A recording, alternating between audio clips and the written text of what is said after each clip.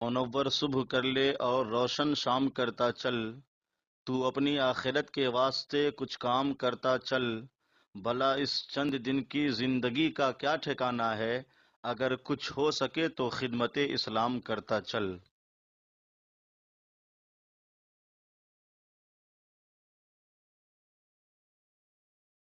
سورۃ الانفال کی آیت نمبر 70۔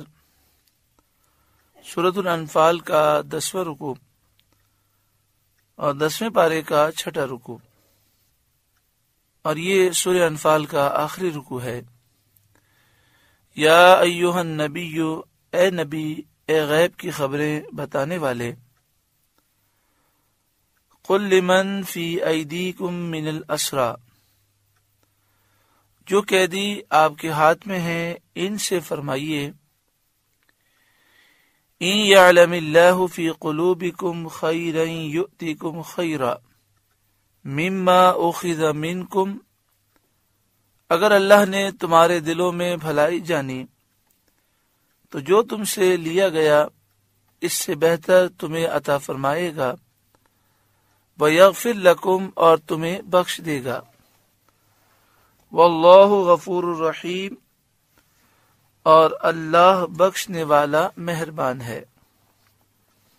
اس آیت کریمہ میں یہ بیان کیا گیا، اے نبی صلی اللہ علیہ وآلہ وسلم، قل، آپ فرمائیے، لمن فی ایدیکم من الاسری، جو قیدی آپ کے ہاتھ میں ہیں، جو 70 کافر بدر کے میدان میں قید ہوئے، ان سے آپ نے جو فدیہ لیا ہے اور فدیے میں مال لیا ہے، تو آپ ان سے فرمائیے، ان یعلم اللہ فی قلوبکم خیرا، اگر اللہ نے تمہارے دلوں میں بھلائی جانی، یعنی تم مسلمان ہو گئے اور مسلمان رہے، یؤتکم خیرا مما اخذ منکم، تو جو تم سے لیا گیا ہے اس سے بہتر اللہ تعالیٰ عطا فرمائے گا، جتنا فدیہ تم نے دیا ہے اس سے بہتر تمہیں مال دے گا، ویغفر لکم، اور تمہیں بخش دے گا، واللہ غفور الرحیم، اور اللہ بخشنے والا مہربان ہے۔ یہ آیت حضرت عباس بن عبد المطلب رضی اللہ تعالی عنہما کے بارے میں نازل ہوئی، جو سید عالم صلی اللہ علیہ وآلہ وسلم کی چچا ہیں۔ یہ کفار قریش کے ان سرداروں میں سے تھے جنہوں نے جنگ بدر میں لشکر کفار کے کھانے کی ذمہ داری لی تھی۔ بدر کے میدان میں جو جنگ کرنے کے لیے کافر آئے تھے تو 10 یا 12 کافر سردار تھے جنہوں نے پورا خرچہ اٹھایا تھا اور لوگوں کو اپنے خرچے پر جنگ کرنے کے لیے لائے تھے۔ کھانے کی ذمہ داری ان پر تھی، جن کے پاس سواری نہیں تھی، جن کے پاس اسلحہ نہیں تھا، انہوں نے دیا۔ تو ان میں حضرت عباس بھی تھے جو اس وقت اسلام نہیں لائے تھے۔ آپ اس خرچ کے لیے 20 اوقیہ سونا ساتھ لے کر چلے تھے۔ ایک اوقیہ 40 درہم کا ہوتا ہے، تقریباً 20 اوقیہ کا مطلب ہے تقریباً 2 کلو سونا آپ لے کر چلے تھے۔ لیکن ان کے ذمے جس دن کھانا کھلانا تھا، خاص اسی دن جنگ کا واقعہ پیش آیا اور جنگ میں کھانے کھلانے کی فرصت اور مہلت نہ ملی، تو یہ 20 اوقیہ سونا ان کے پاس بچ گیا۔ جب وہ گرفتار ہوئے اور یہ سونا ان سے لے لیا گیا تو انہوں نے درخواست کی کہ آپ صلی اللہ علیہ وآلہ وسلم نے فدیے کے طور پر 40 اوقیہ سونا مقرر کیا ہے، یعنی تقریباً 4 کلو 4.5 کلو سونا،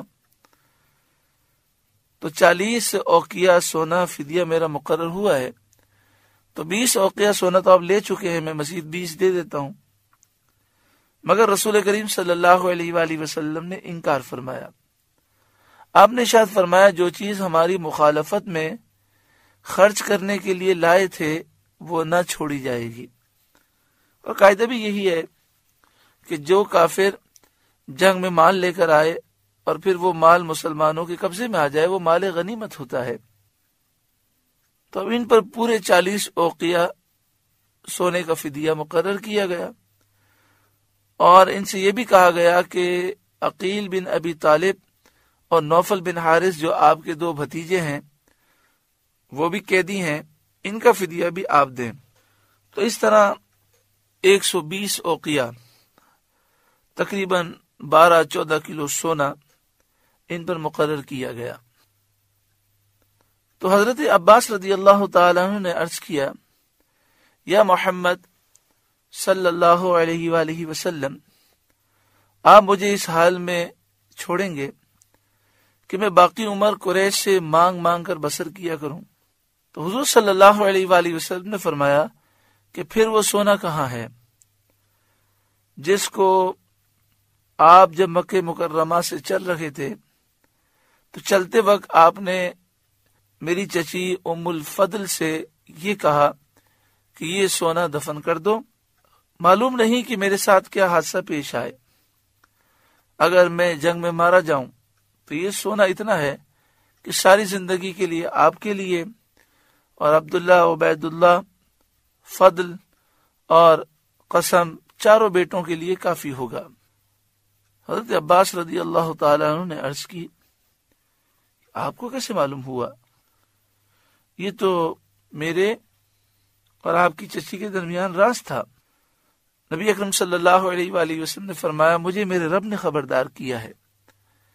اس پر حضرت عباس رضی اللہ تعالی عنہ نے عرض کیا، میں گواہی دیتا ہوں بے شک آپ سچے ہیں، اور میں گواہی دیتا ہوں کہ اللہ کے سوا کوئی معبود نہیں، بے شک آپ اس کے بندے و رسول ہیں۔ میرے اس راز پر اللہ کے سوا کوئی مطلع نہ تھا۔ حضرت عباس رضی اللہ تعالیٰ عنہ نے اپنے بھتیجوں عقیل اور نوفل کو حکم دیا وہ بھی اسلام لائے۔ تو حضرت نوفل بن حارث اور حضرت عقیل بن ابی طالب بھی مسلمان ہو گئے۔ اس پر یہ آیت کریمہ نازل ہوئی اور فرمایا گیا، محبوب آپ ان سے فرما دیں کہ جو فدیہ تم سے لیا گیا ہے اللہ تعالی اس سے بہتر عطا فرمائے گا اگر تم اسلام پر ثابت قدم رہے۔ وَإِن يُرِيدُوا خِيَانَتَكَ، اور اے محبوب اگر وہ آپ سے دغا چاہیں گے، خیانت کرنا چاہیں گے، فَقَدْ خَانُوا اللَّهَ مِن قَبْلُ، تو اس سے پہلے اللہ ہی کی خیانت کر چکے ہیں، فَأَمْكَنَ مِنْهُمْ، جس پر اس نے اتنے آپ کے قابو میں دے دیے، واللہ علیم حکیم، اور اللہ جاننے والا حکمت والا ہے۔ یہاں پر یہ فرمایا گیا کہ اگر یہ لوگ جو مسلمان ہوئے ہیں اور قید سے آزاد ہوئے ہیں فدیہ دے کر، اگر یہ آپ کی بیعت سے پھر گئے اور انہوں نے کفر اختیار کر لیا، تو جیسا وہ منظر بدر شریف میں دیکھ چکے ہیں کہ قتل ہوئے، گرفتار ہوئے، آئندہ بھی اگر ان کے اطوار وہی رہے تو انہیں اسی کا امیدوار رہنا چاہیے۔ جب نبی اکرم صلی اللہ علیہ وآلہ وسلم کے پاس بحرین کا مال آیا جس کی مقدار 80,000 تھی، تو حضور صلی اللہ علیہ وآلہ وسلم نے نماز ظہر کے لیے وضو کیا اور نماز سے پہلے کل کا کل تقسیم کر دیا۔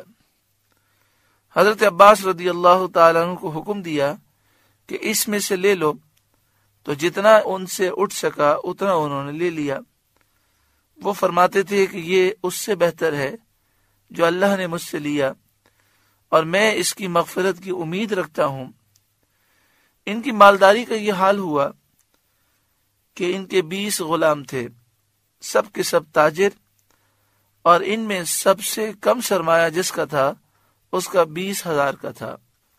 اللہ تعالیٰ نے یہ خبر دی کہ اگر یہ ایمان پر ثابت قدم رہے تو اس سے بہتر عطا فرمائے گا۔ نبی اکرم صلی اللہ علیہ وآلہ وسلم نے بحرین سے آنے والے مال میں حضرت عباس سے فرمایا کہ آپ بوری بھر لیں اور جتنا بوری میں اٹھا سکتے ہیں اتنا بھر کر اٹھا کے لے جائیں۔ تو حضرت عباس نے جب بوری بھری تو وہ اتنی آپ نے بھر لی کہ آپ سے اٹھتی نہیں تھی، اٹھا کر چند قدم چلتے اور پھر رکھ دیتے اور یہ کہتے جاتے کہ میرے رب نے سچ فرمایا، میرے رب نے سچ فرمایا۔ جو مجھ سے لیا اس سے بہت بہتر عطا فرمایا۔ اب مجھے اس بات کی بھی امید ہے کہ ساتھ میں یہ بھی فرمایا تھا کہ اللہ تعالیٰ تمہیں بخش دے گا، تو مجھے مغفرت کی بھی امید ہے۔ پھر آپ نے بھی سنا کہ اللہ تعالیٰ نے ان کے مال میں اتنی برکت عطا فرمائی کہ آپ کے 20 غلام تھے اور سب آپ کا کاروبار کرتے تھے، اور ہر ایک کے پاس الگ الگ سرمایہ تھا۔ تو 20 غلاموں کے پاس کتنا سرمایہ ہوگا؟ اور یہ ایک مسئلہ آپ جانتے ہی ہیں کہ غلام بھی آقا کا ہوتا ہے، غلام کا مال بھی آقا کا ہوتا ہے۔ تو یہ 20 غلام آپ کے یہ تاجر تھے، اور ان کے پاس آپ کا سرمایہ تھا جو وہ تجارت کرتے تھے۔ اس میں سے جو کم سرمایہ جس کا تھا وہ 20,000 کا تھا۔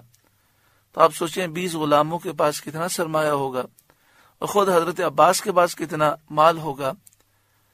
جو شخص اللہ رب العالمین کی بارگاہ میں اخلاص کے ساتھ جھک جاتا ہے اور تقوی اور پرہیزگاری اختیار کرتا ہے، اس کی دنیا بھی سنور جاتی ہے اور آخرت بھی سنور جاتی ہے۔ ان الذین آمنوا، بے شک وہ لوگ جو ایمان لائے، وہاجروا، اور اللہ کے لیے گھر بار انہوں نے چھوڑے، وجاہدوا باموالہم وانفسہم فی سبیل اللہ، اور اللہ کی راہ میں اپنے مالوں اور جانوں سے لڑے، والذین آووا ونصروا، اور وہ جنہوں نے جگہ دی اور مدد کی، اولئک بعضهم اولیاء بعض، وہ ایک دوسرے کے وارث ہیں۔ یہاں پر جن مہاجرین کا ذکر ہے، وہاجروا، جنہوں نے ہجرت کی، اس سے مراد مہاجرین اولین ہیں، جنہوں نے مکہ شریف سے حبشہ ہجرت کی اور پھر حبشہ سے مدینہ شریف آئے، اور وہ مہاجرین جو مکہ شریف سے مدینہ شریف گئے صلح حدیبیہ سے پہلے، انہیں مہاجرین اولین کہتے ہیں۔ تو یہاں مہاجرین اولین کا ذکر ہے۔ اور یہ جو فرمایا والذین آووا ونصروا، وہ جنہوں نے جگہ دی اور مدد کی، اس سے مراد وہ ہیں جنہوں نے مسلمانوں کی مدد کی اور انہیں اپنے مکانوں میں ٹھہرایا، یہ انصار ہیں۔ انصار کو اللہ تعالیٰ نے بڑا مقام و مرتبہ عطا فرمایا۔ نبی اکرم صلی اللہ علیہ وآلہ وسلم کے فرمان پر انصار کے 2 قبیلے اوس اور خزرج دونوں بھائی بھائی ہو گئے۔ 120 سال پرانی جنگیں ختم ہو گئیں، بھائیوں سے بڑھ کر محبتیں پیدا ہوئیں۔ جب مہاجرین ہجرت کر کے مدینہ شریف آئے تو پیارے آقا صلی اللہ علیہ وآلہ وسلم نے ایک مہاجر کو ایک انصاری کا بھائی بنایا، تو اس نے اتنی محبت کا اظہار کیا کہ اپنا آدھا مکان مہاجر کو دے دیا، اپنا آدھا کاروبار، اپنا آدھا باغ، اپنی آدھی کھیتی مہاجر کو دے دی۔ اس قدر انہوں نے مدد فرمائی، اور پھر اس مدد کے صدقے میں نبی اکرم صلی اللہ علیہ وآلہ وسلم کی نگاہ کرم کے صدقے میں جو مہاجرین مکہ شریف سے آئے تھے، ان کے لیے اللہ تبارک و تعالی نے ہر قسم کی راحت کے سامان مہیا فرمائے۔ تو فرمایا کہ اولئک بعضهم اولیاء بعض، اب مہاجر میں سے کوئی انتقال کر جائے یا انصار میں سے کوئی انتقال کر جائے تو انہیں وراثت میں سے حصہ ملے گا، وہ ایک دوسرے کے وارث ہیں۔ لیکن یہ حکم ابتدائے وقت میں تھا، یہ حکم شروع میں تھا، لیکن جب کچھ وقت گزر گیا تو پھر وراثت کے احکام بیان کر دیے گئے، اور یہ فرمایا گیا کہ مہاجر اور انصار ایک دوسرے کے اب وارث نہیں ہیں۔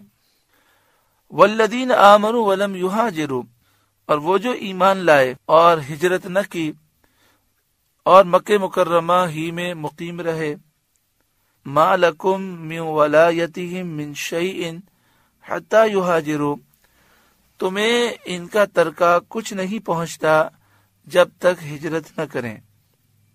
یعنی جو مسلمان مکہ شریف میں ہیں، انہوں نے ہجرت نہیں کی، تو ان کے اور مدینہ شریف کے مسلمانوں کے درمیان وراثت جاری نہ ہوگی جب تک وہ ہجرت نہ کریں۔ وَإِنِ اسْتَنصَرُوكُمْ فِي الدِّينِ فَعَلَيْكُمُ النَّصْرُ، اور اگر وہ دین میں تم سے مدد چاہیں تو تم پر مدد دینا واجب ہے۔ یعنی مکہ شریف میں جو مومنین ہیں جنہوں نے ابھی ہجرت نہیں کی، تو ان کے اور مدینہ شریف کے مسلمانوں کے درمیان وراثت جاری نہ ہوگی، یعنی وراثت میں سے انہیں حصہ نہیں ملے گا۔ لیکن اگر مکہ شریف میں مقیم مسلمانوں کو ضرورت پڑے مدد کی تو انصار پر اور دیگر مہاجرین پر لازم ہے کہ وہ دین کے معاملات میں ان کی مدد کریں اپنی طاقت کے مطابق۔ الا علی قوم بینکم و بینہم میثاق، مگر ایسی قوم پر کہ تم میں ان میں معاہدہ ہے، یعنی یہ مسلمان جو مکے میں ہیں تم سے مدد مانگیں اس قوم کے خلاف جس قوم سے تم معاہدہ کر چکے ہو، تو تم اپنے معاہدے کی پاسداری کرو گے اور اس قوم پر حملہ نہیں کرو گے۔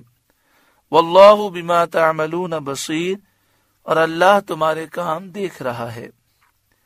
والذین کفروا بعضهم اولیاء بعض، اور کافر آپس میں ایک دوسرے کے وارث ہیں، یعنی کافر ایک دوسرے کے وارث ہیں، مگر کافر اور مومنین کے درمیان وراثت جاری نہیں ہوگی۔ اس آیت سے ثابت ہوا کہ مسلمانوں کو کفار کی موالات، دوستی، موارثت سے منع کیا گیا اور ان سے جدا رہنے کا حکم دیا گیا، اور مسلمانوں پر آپس میں میل جول رکھنا لازم کیا گیا۔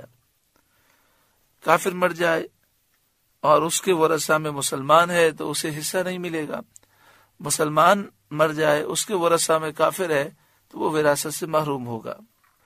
الا تفعلوه تکن فتنۃ فی الارض، ایسا نہ کرو گے تو زمین میں فتنہ و فساد کبیر، اور بڑا فساد ہوگا۔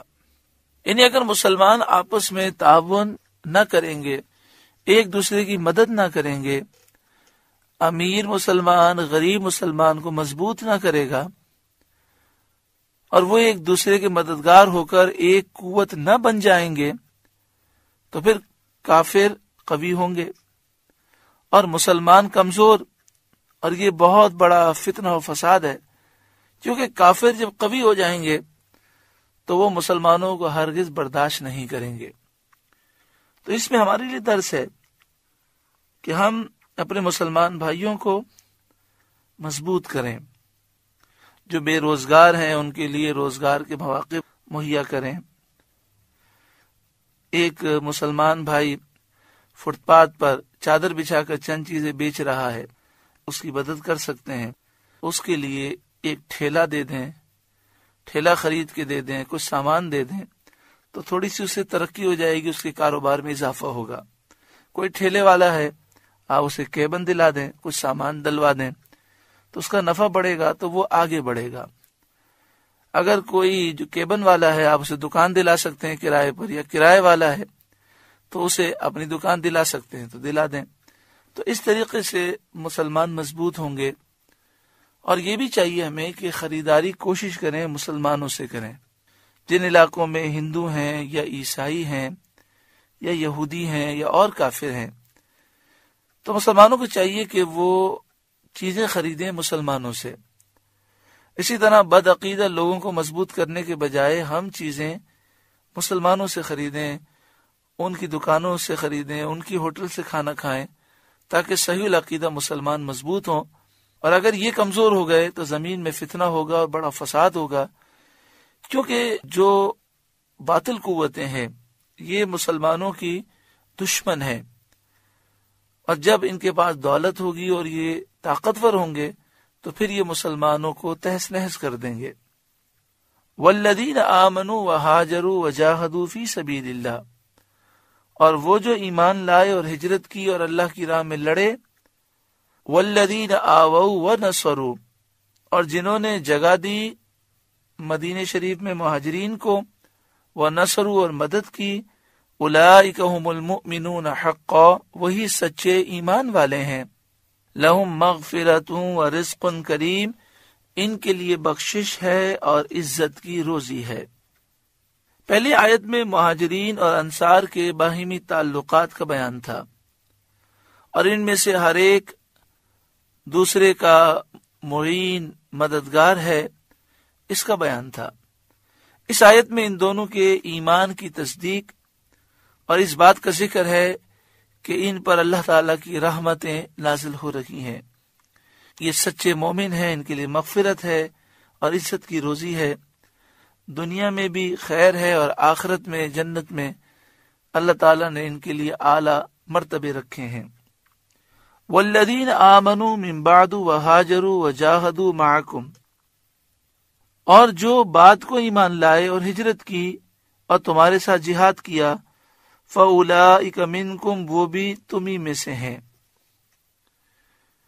اے مہاجرین اور انصار، جو مسلمان بعد میں ہجرت کر کے آئے وہ بھی تمہیں میں سے ہیں، یعنی مہاجر ہیں۔ مہاجرین کے کئی طبقے ہیں۔ ایک وہ ہیں جنہوں نے پہلی مرتبہ مدینہ طیبہ کو ہجرت کی، انہیں مہاجرین اولین کہتے ہیں۔ کچھ وہ حضرات ہیں جنہوں نے پہلے حبشہ کی طرف ہجرت کی، پھر مدینہ طیبہ کی طرف، انہیں اصحاب الہجرتین کہتے ہیں، دو ہجرت والے۔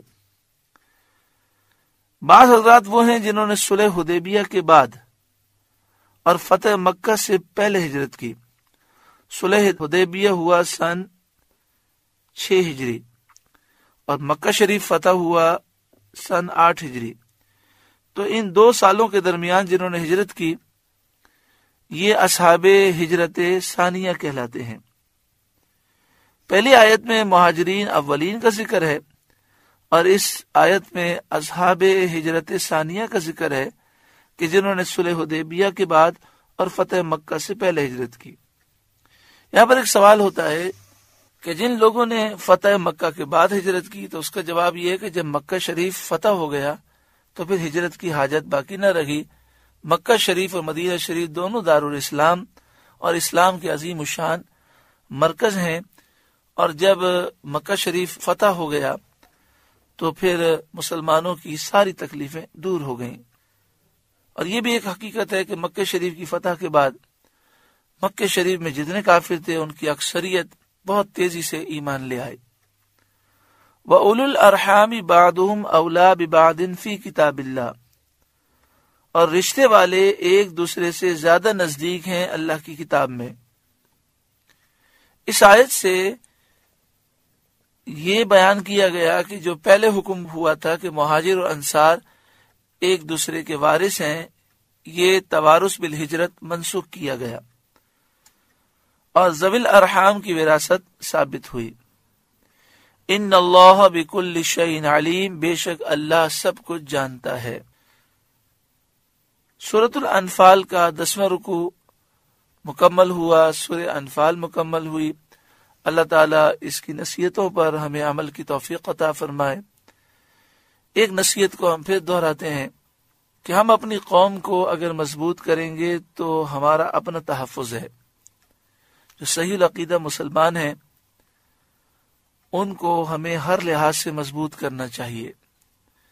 ہمارے مدرسے، ہمارے دارالعلوم، ہماری مسجدیں، ہمارے دین کے مراکز یہ بھی مضبوط ہونے چاہیے، اور مالی طور پر بھی صحیح العقیدہ مسلمان جو نیک صالح ہیں وہ مضبوط ہونے چاہیے اور ایک قوت بننے چاہیے، ورنہ کفار، بدعقیدہ لوگ، بد مذہب وہ ایک ایک پر حملہ کر کے آخرکار وہ ہمیں ختم کر دیں گے، اور یہی پوری دنیا میں ہو رہا ہے۔ اللہ تعالیٰ اہل حق کو بیداری اور غلبہ اور اتحاد نصیب فرمائے، آمین بجاہ سید المرسلین صلی اللہ علیہ وآلہ وسلم۔